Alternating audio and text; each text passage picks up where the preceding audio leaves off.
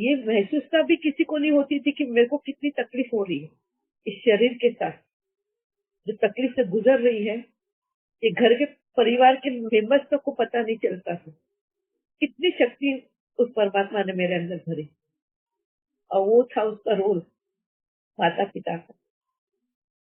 हाँ, जब हमें जरूरत पड़ती है तो वो इस तरह का रोल निभाने हमारे साथ आ जाता है, हमारी शक्ति बन के। हाँ, हमारी रीढ़ की हड्डी बन जाता है, हमें कहीं पे भी वो गिरने नहीं देता।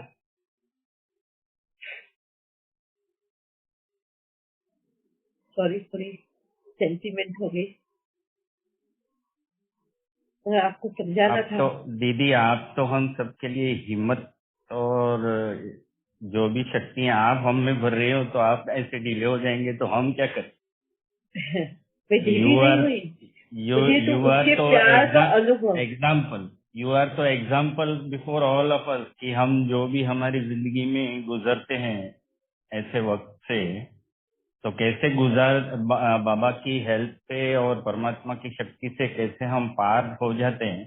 तो you are very big example. तो आप ऐसे ढीले होंगे तो फिर हम हम नहीं, सब क्या मैं करेंगे। ढीली नहीं हुई, मुझे वो पल याद आया, परमात्मा का प्यार याद आया, और उस प्यार की वजह से आंखें झलक आई मेरी। उस वो जो दर्द से मैं थैंक यू। जब गुजर रही थी, और परमात्मा का प्यार का जो मरहम लग रहा था मेरे ऊपर, हाँ, उसका अनकंडीशनल प्यार, वो जो याद आ रहा है ना मुझे, वो पल, उसकी वजह से उसके प्यार का मेरे को वो अंदाजा आप लोगों को मैं बयान नहीं कर सकती हूँ। शायद आप लोग मेरे से कनेक्ट हो तो वो महसूस तो आ जाए आप लोगों को कि परमात्मा कितना प्यार करता है हमें। एक पल भी वो हमें हारने नहीं देता, कैसी भी परिस्थिति हो, वो हार मानने नहीं देता है हमें, उठ के खड़ा कर देता है।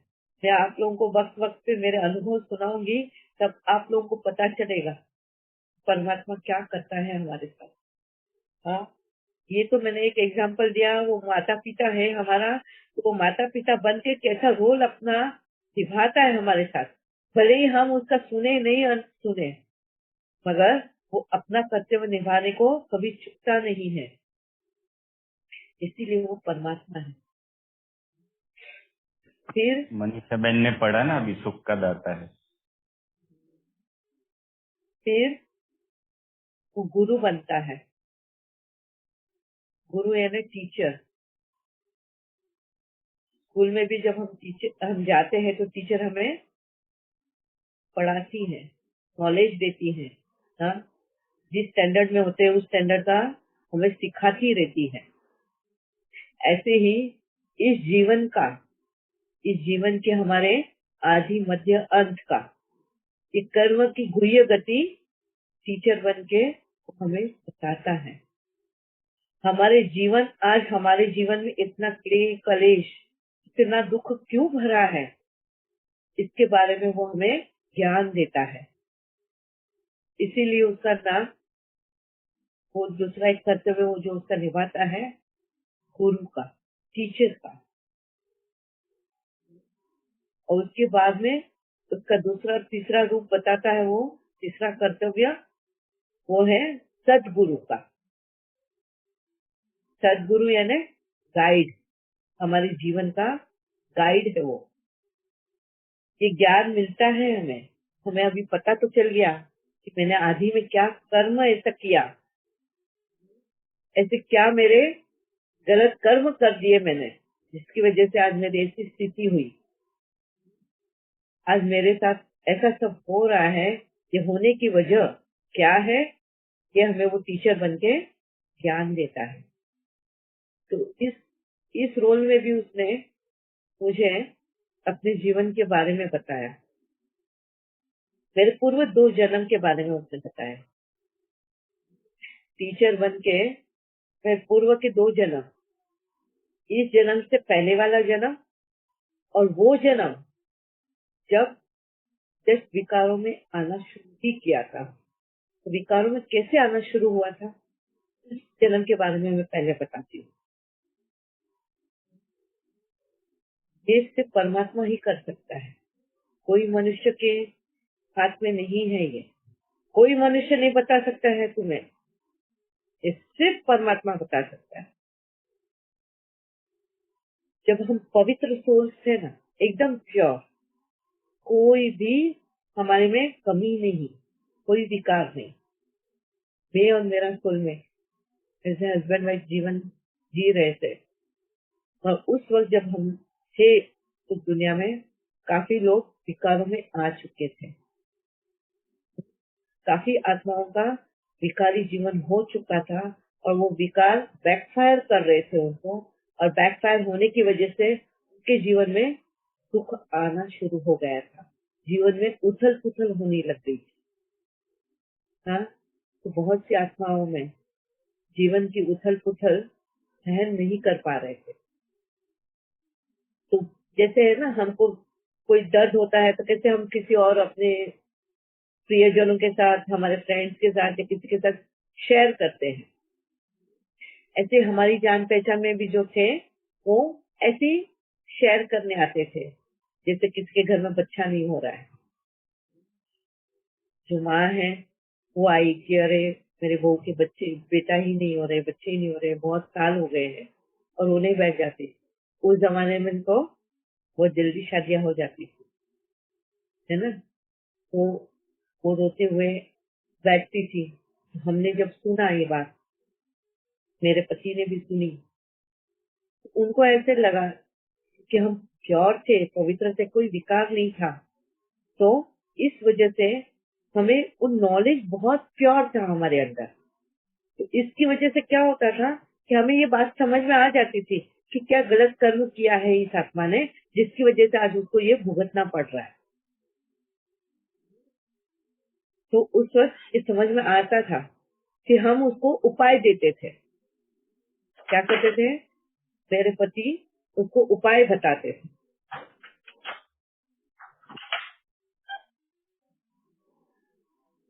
तो उपाय बताते वक्त उनका इंटेंशन अच्छा था, वह इंटेंशन अच्छा होता था।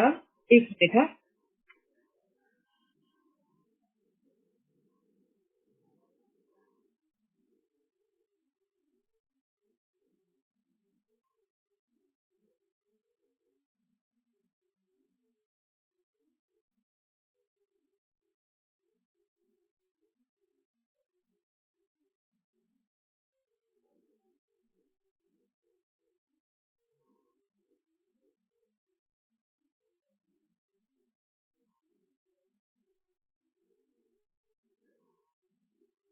उसको उसके इंटेंशन अच्छे थे, मगर उपाय गलत थे।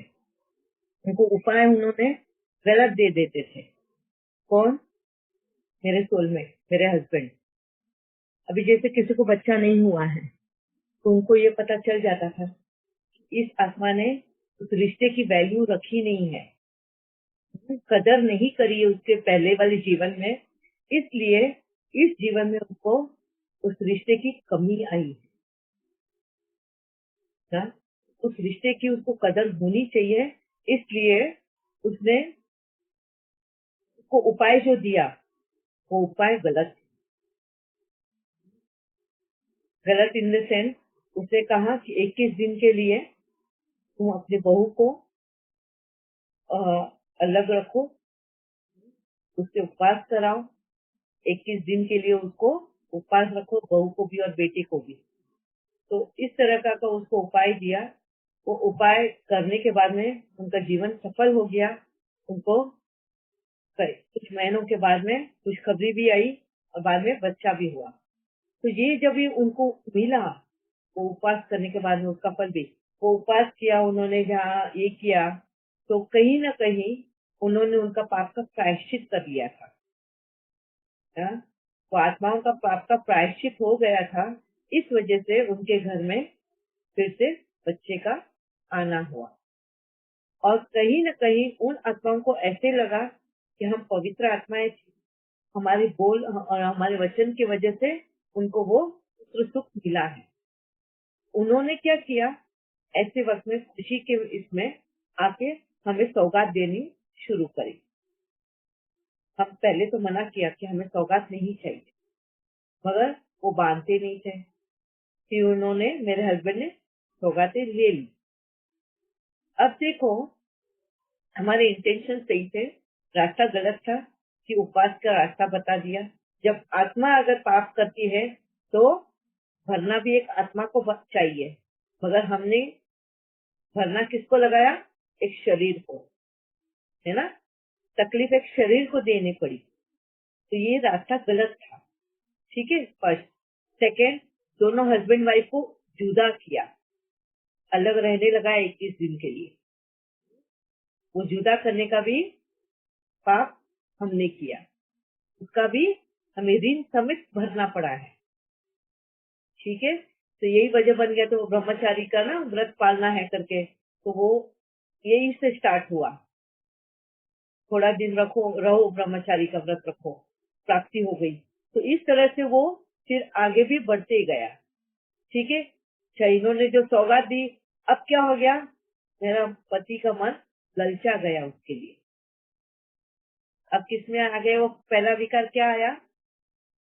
लालच। दूसरा विकार आया गुरु के ज्ञान का।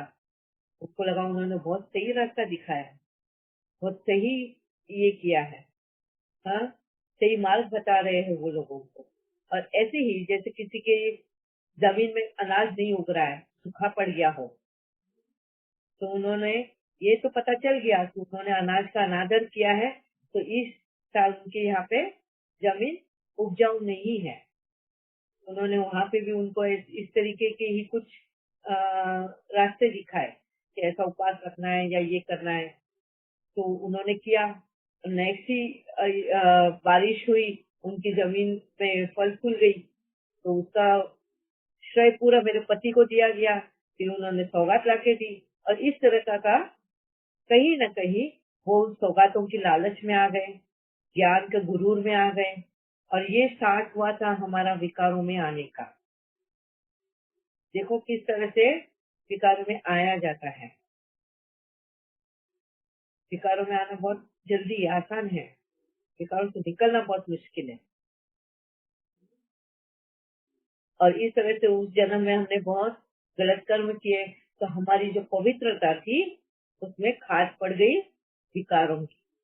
लालच, गुरूर, घमंड, हाँ, ये सब आ गया हमारे अंदर। फिर लोभ आ गया, ये 3-4 विकार आ गए। फिर वो उस जन्म से अगले जन्म गए, अगले जन्म में और कुछ गलत कर्म किया। तो ये उस जन्म के बारे में बाबा ने मुझे, वो पहला जो जन्म जहाँ विकारों में हमने आना शुरू किया, वो ये 2-4 मुझे चीजें बताई बाबा ने, जिससे ये पता चल गया कि किस तरह से हम विकारों में आते हैं। फिर तो जन्म बाय जन्म और आते गए, और विकारों करते गए, विकारों में आते गए। तो अब इसके पहले वाले जन्म के बारे में बताती हूँ कि कैसे वो बैकफायर भी होता था कर्म। उसने गलत कर्म किया है तो उसका भुगतान भी हमको भरना ही पड़ता था। वो भरते भरते आए भी है, करते भी आए। क्रिएट करना, सेटल करना, क्रिएट करना, सेटल करना, ये तो हम करते ही आते हैं, बराबर। अब पिछले जन्म का हम एज ए सोलमेट, हाँ, हम सोलमेट ही थे, साथ में ही जन्म जन्म तक आए हैं। इसके पहले वाले जन्म में भी हम साथ थे, और उस जन्म में हमको जुदाई सहन करनी पड़ी। वो उसको परदेश जाना पड़ा। मैं अपने परिवार के साथ थी ससुराल में, हमारा लव मैरिज हुआ था। आज के समझ लो, आज मैं 50 साल की हूँ। इसके पहले मेरी अकाले मृत्यु तो कब जन्म हुआ होगा मालूम नहीं, उससे भी पहले वाला, मतलब 1900 के इसमें ही होगा मेरा कुछ, 1935, 37 ऐसे ही कुछ होगा, उस वक्त की बात है। उस वक्त का लव मैरिज होना मतलब सोच सकते हो, हाँ। और वो भी मैं वेजिटेरियन थी, मेरे हस्बैंड नॉन वेजिटेरियन। जब लव मैरिज हुआ तो मेरी सास मेरे को एक्सेप्ट नहीं कर रही थी। ये मेरे पिछले जन्म का बता रही हूँ मैं, हाँ। मेरे पिछले जन्म का जो बाबा ने मुझे बताया उसके बारे में बता रही हूँ। मेरी सास जो थी नॉन वेजिटेरियन, और उसको बिल्कुल भी अच्छी नहीं लगती थी। क्यों? क्योंकि लव मैरिज होने की वजह से हमने भाग के शादी की थी, तो कोई दहेज नहीं लाया था, मेरी सास जो थी लालच की मूर्त, पर वो भी मेरे कर्मों का वजह से था, मेरे उसके पहले किए गए कर्म। लालच, हाँ, वो लालच की ही वो रूप लेकर आई। नॉनवेज खाने पे मेरे को मजबूर करना, मैं नहीं खाती थी। मैं बहुत महीनों महीनों तक भूखा रहती थी, दिनों दिनों तक भूखी रहती थी, पानी पे या मंदिरों के प्रसाद पे जीवन अपना निकाल रही थी, और मैंने नॉनवेज नहीं खाया। और वो सबसे बड़ी मेरी परीक्षा की घड़ी थी। ऐसा क्यों मेरे को भुगतना पड़ा? कि कहीं न कहीं, जैसे मैंने कहा ना, पूर्व जन्म में हमने वो रास्ता लोगों को दिखाया था, भूखे रहने का, उपवास करने का। ने ये पाप किया है, ऐसा उपवास रखना है तुमको, ऐसे उपवास रखना है, वैसे करना है। हस्बैंड वाइफ को जुदा किया, तो उसके पहले वाले जन्म में उसकी भरपाई मुझे करनी पड़ी। मैं और मेरे हस्बैंड को जुदा होना पड़ा, मेरे हस्बैंड को परदेश जाना पड़ा, क्योंकि जब उसको ये पता चला कि मेरी सास जो है, मतलब उसकी माँ जो है, पैसे की लालच की वजह से मुझे सताती है, तो उन्होंने कहा अपनी माँ को कि मैं तेरे लिए इतने पैसे कमा के लाऊंगा कि तू इसको सताएगी नहीं। और यही वजह की वजह से वो परदेश चले गए थे पैसे कमाने के लिए। मगर जाते वक्त मुझे ये रिस्पॉन्सिबिलिटी देकर गए थे, कर्तव्य निभाना अपने बहू होने का, पूरे परिवार का ध्यान रखना है। तो ये रिस्पॉन्सिबिलिटी, ये कमिटमेंट मैंने अपने हस्बैंड के साथ किया था। वो घर छोड़ के मैं कभी जा भी नहीं सकती थी। मेरी सास ने मुझे घर से बाहर निकाला था तो मैं आउट हाउस में रहती थी। अगर मेरा पति चले गया था परदेश, मेरी सास को मैं पसंद नहीं थी, तो उसने मुझे घर से बाहर निकाल दिया था। तो मैं उसी घर के आउट हाउस में रहती थी। वहाँ के स्कूल में टीचर बन के बच्चों को पढ़ाती थी, और जो थोड़ी बहुत कमाई होती थी वही लाके अपनी सास के हाथ में देती थी, ताकि वो अपना घर चला पाए। क्योंकि ये रिस्पॉन्सिबिलिटी मेरा हस्बैंड मुझे देकर गया था कि वो आने तक इस घर को संभाल के रखो। तो ये मेरे कर्म की बैकफायर थी, जो मेरी सास मेरे कर्म खत्म करवा रही थी, इसकी इस बिहेवियर की वजह से। खाना नहीं देना, खाना है तो तेको नॉनवेज ही खाना है, और कोई भी बहाने से मेरे और मेरे हस्बैंड को अलग रखना। 1 साल तक हम दोनों को अलग ही रखा उसने। फिर तो परदेश जाना पड़ा। तो इस बीच में कभी मौका मिलता था हम दोनों को मिलने का।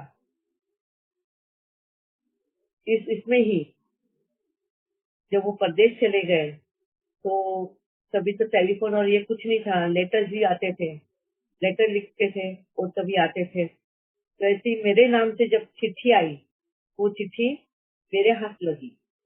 मेरी सास क्या करती थी, जब भी हस्बैंड की चिट्ठी आती थी, वो खुद ही पढ़ के अपने पास ही रखती थी, मुझ तक उसका संदेश पहुंचता ही नहीं था, और मैं बहुत तड़पती थी उसका संदेश पढ़ने के लिए। मैं इस बारी जब चिट्ठी आई थी, हाँ, शायद 4 महीने के बाद आई थी चिट्ठी, वो उनके जाने के बाद, तो वो मेरे हाथ लगी और मेरा ही नाम लिखा था। तो मैं वो चिट्ठी मेरी सास को दे नहीं रही थी। मेरी सास को पता चला और वो मेरे हाथ से छीनने की कोशिश कर रही थी, और मैंने कहा कि नहीं, ये मेरे नाम की चिट्ठी है, मैं नहीं दूंगी। मेरी सास थोड़ी गुस्से वाली थी, उसने क्या किया, उस चिट्ठी को पकड़ के मेरे को धक्का दे दी, और मैं मुंह के बल गिर गई मेरे पेट पे। और उस वक्त मैं कंसीव कर रही थी, 4था महीना या 5वां महीना कुछ चल रहा था। मेरा मिसकैरेज हो गया सारा। उस मिसकैरेज हुआ, मैं उसकी कहीं न कहीं जिम्मेवार थी, उस बच्चे को मारने की, क्योंकि आत्मा ने प्रवेश कर लिया था ना। 4 या 5 महीने के बच्चा जब रहता है पेट में, वो आत्मा प्रवेश कर लेती है। वो मिसकैरेज हुआ, वो पाप भी मेरा हो गया। उस पाप का ही भुगतान मेरा इस जन्म में था कि 10 महीने, जब भी मेरा ऑपरेशन हुआ, 10 महीने तक मैं कुछ खा पी नहीं सकी थी। मेरा एक्चुअली वूम कैंसर दिखा गया था, उससे ही मेरा ये जन्म में मरण था। शरीर छूटना था, मगर ऐसा न होकर मेरा कोई ना कोई पेट कटना था। वूम कैंसर बोला तो मतलब वो भी एक पेट का हिस्सा ही है, वो कटना था। तो उसके बदले में मेरा ऊपर ही पेट कट गया हर्निया होने की वजह से। तो मेरा खाना पीना बंद हो गया। 10 महीने तक मेरी भूख तक निगल नहीं पा रही थी। काफी कठिनाइयां सहन करी है उसने वो 10 महीने। ये वो सजा थी, पिछले जन्म मैंने उस बच्चे की केयर नहीं करी। इस चिट्ठी के पीछे अपने बच्चे को खो दिया मैंने। उसके बाद में वो जो जुदाई सहन करी अपने हस्बैंड की इंतजार में। क्यों? कि पूर्व जन्म में, जैसे मैंने कहा कि पहला जन्म बाबा ने बताया जब हमने एक हस्बैंड वाइफ को जुदाई का रास्ता दिखाया था, तो वो कर्म में पिछले जन्म में हुआ। पति का इंतजार करते करते ही और खाना पीना बराबर नहीं मिलने की वजह से मेरी अकाले मृत्यु हो गई। मेरा वक्त नहीं आया था और फिर भी मेरी केयरलेसनेस की वजह से पति का इंतजार करते हुए बारिश में भीगती रही पूरी रात, और यही वजह बन गई थी मेरी शरीर छोड़ने का, उस जीवन का अंत। मौत नहीं आई थी, मैंने अपने आप ही बुला लिया था। यही वजह बन गया था मेरा अकाले मृत्यु का, पति के इंतजार। वो भी मेरा बैकफायर था अपने कर्मों। फिर इस जन्म में ये पिछले 10 साल, बोलते हैं ना हमारे कर्म किस वक्त हमें बैकफायर करेंगे ये हम बोल नहीं सकते हैं। वो ये वक्त नहीं देखता, स्थिति नहीं देखता, बस पाप का घड़ा कब भरता है और कब बैकफायर होता है। तो ये 10 साल पहले ये सारा शुरू हो गया बैकफायर में कर्मों का। और उस वक्त बाबा ने मुझे ये 2 जन्मों के बारे में बताया। तो ये था उसका टीचर का रोल मेरे जीवन में। ये है शिव बाबा का टीचर का रोल। उसके बाद मुझे एज ए सदगुरु, ये मेरा जीवन का रहस्य बताने के बाद में उसने मुझे एज ए सदगुरु मेरे को मेरे ये पिछले 10 साल कैसे जीना है, किस तरह से मेरे कर्मों को मुझे फुल स्टॉप लगाना है, किस तरह से अपने विकारों को विकार बाहर फेंकना है और गुणों को वापस से उजागर करना है। सारी शक्तियां मेरे अंदर है, इसका पहचान मुझे मेरे बाबा ने और सदगुरु बन के वो रास्ता दिखाया, उस रास्ते पे चलने का और हिम्मत दी। और आज आप लोगों के सामने उसी हिम्मत के साथ बैठी।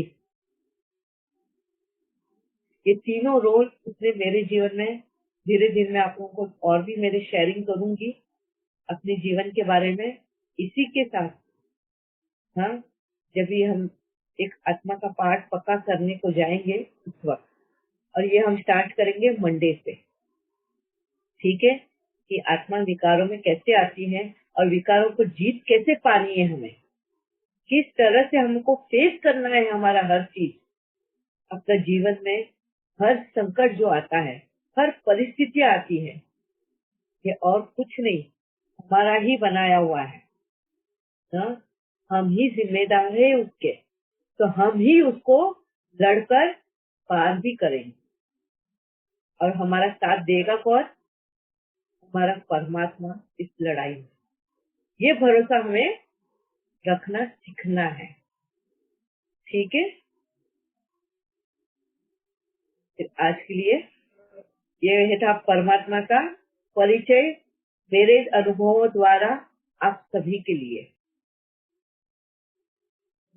अभी आप सोचना कि परमात्मा ने भक्ति मार्ग में भी आप लोगों को साथ दिया है और अब इस ज्ञान मार्ग में भी आपको साथ कितना मिलता है वो अनुभव कर,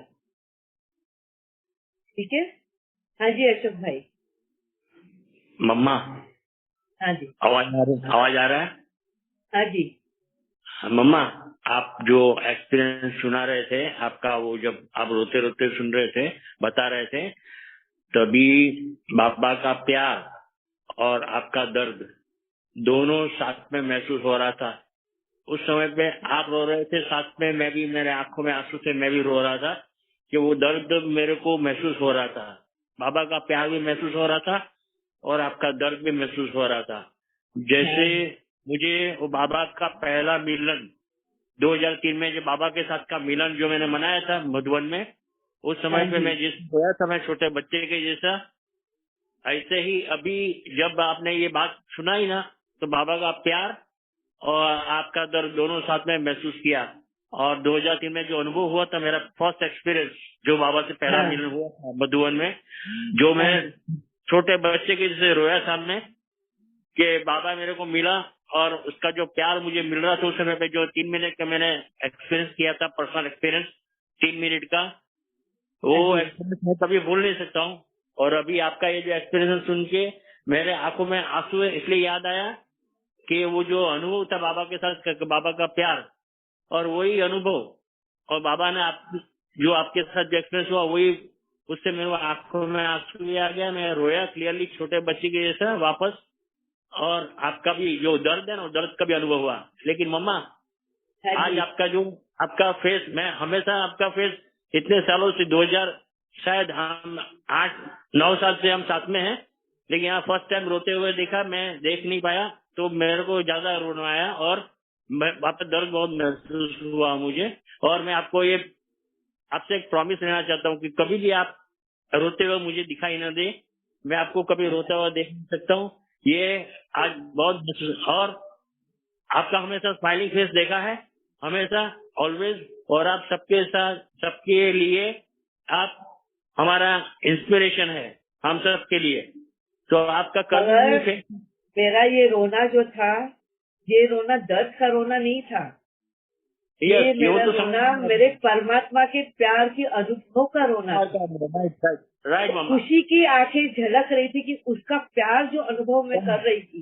मैं चाहती हूँ कि इस दुनिया के हर बच्चा वो प्यार महसूस करे, तो हर बच्चा उस बाबा की उस ताकत जो तुम्हारी बनकर आता है उसका महसूस करे। जिस तरीके से बाबा का मुझे अनुभव हुआ है, मैं सबको वो चाहती हूँ कि सब लोग वो करे अनुभव। प्यार, उसकी ताकत, बस उसकी पालना, वो प्यार का झलक था, मेरा आंखों से झलक रहा था और कुछ जी मामा, ये भी महसूस, यस मामा, ये भी महसूस हो रहा था आपका प्यार, बाबा का प्यार। और आपने जो भी बाबा के साथ जो भी आपका जो बीते हुए पल है, वो पल भी आपको याद आता होगा और अभी भी याद आया, इसीलिए आपके आंखों में भी आंसू है। बाबा का प्यार, बाबा का साथ और वो एक्सपीरियंस यहाँ पे अनुभव हो रहा था बाबा। थैंक यू बाबा, शुक्रिया बाबा। मम्मा, लेकिन आपके फेस में हमेशा ऐसे खुशी की जो झलक हम देखते हैं अभी तक, और वही देखना चाहते हैं। ओके मम्मा, थैंक यू बाबा, शुक्रिया बाबा। वो कभी दूर नहीं हो सकती ये, क्योंकि आखिर में इसके लिए दुनिया जिसके पीछे भाग रही है प्राप्त करने के लिए, मुझे तो ऑलरेडी उस आंखों से वही दिखाई देता है सिर्फ। तो ये हंसी, ये खुशी, ये सुख कभी नहीं गुम हो सकता। दीदी ओम शांति, ओम शांति। दीदी ये बताइए कि आपको ये अपने सोलमेट के साथ को आपने जो शेयर किया था, जो कुछ भी आपको सौगात मिली थी, तो आपको उसका दंड आपको क्यों मिला? हाँ, ये आगे लॉ ऑफ कर्मा में हम लेंगे इसके बारे में।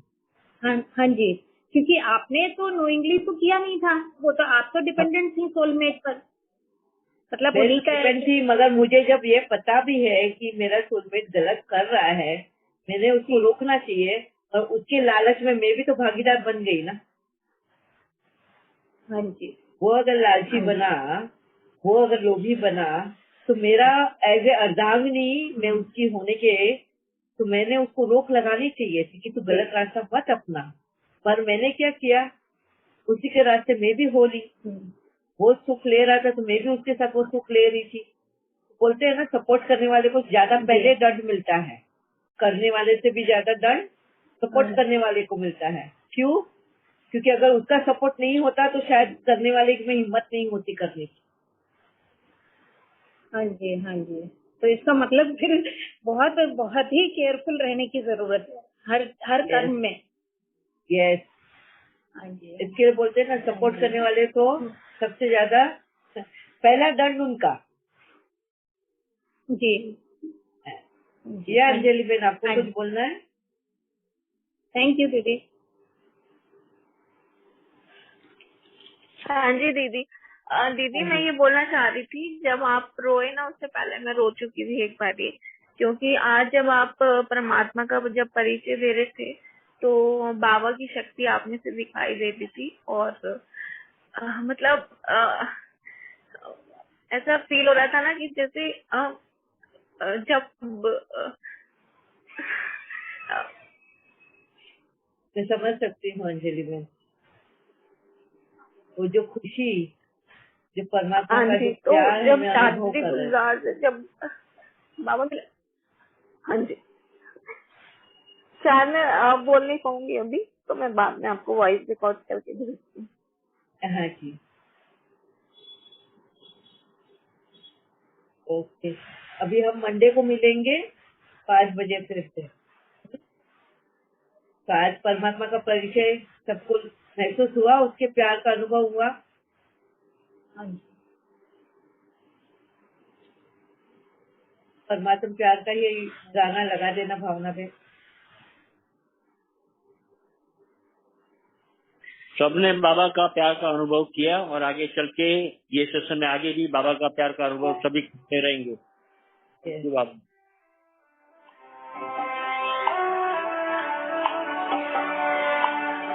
ईश्वर से हमने मुलाकात की है,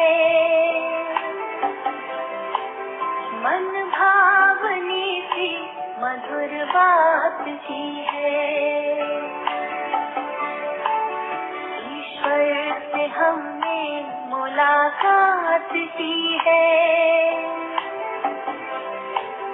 मन भावनी थी, मधुर बात की है। मिली है खुशी हमको प्रभु से मिलन की, मिली है खुशी हमको प्रभु से मिलन की। वरदानों की हम पे बरसात की है, वरदानों की हम पे बरसात की है। ईश्वर से हमने मुलाकात की है, मन भावनी सी मधुर बात की है।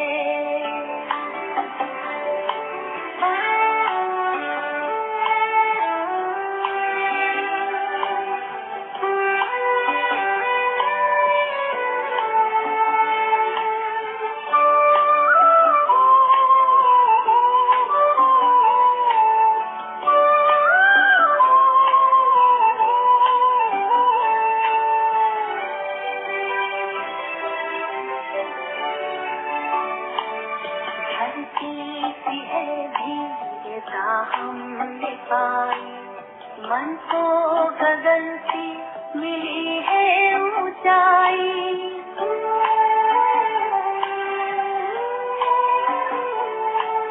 धरती सी है धीरता हमने पाई, मन को गगन सी मिली है ऊंचाई।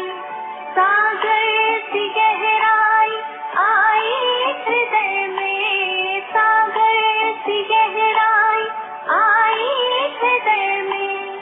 संतोषता जिंदगी में समाई, सुंदर ख्यालों की सौगात दी है। मन भावनी सी मधुर बात की है, वरदानों की हमसे बरसात की है, वरदानों की हमसे बरसात की है।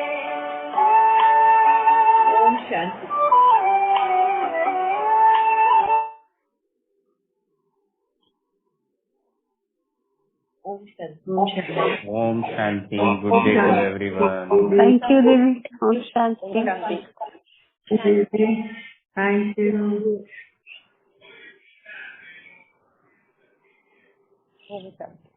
ओम शांति दीदी, थैंक यू।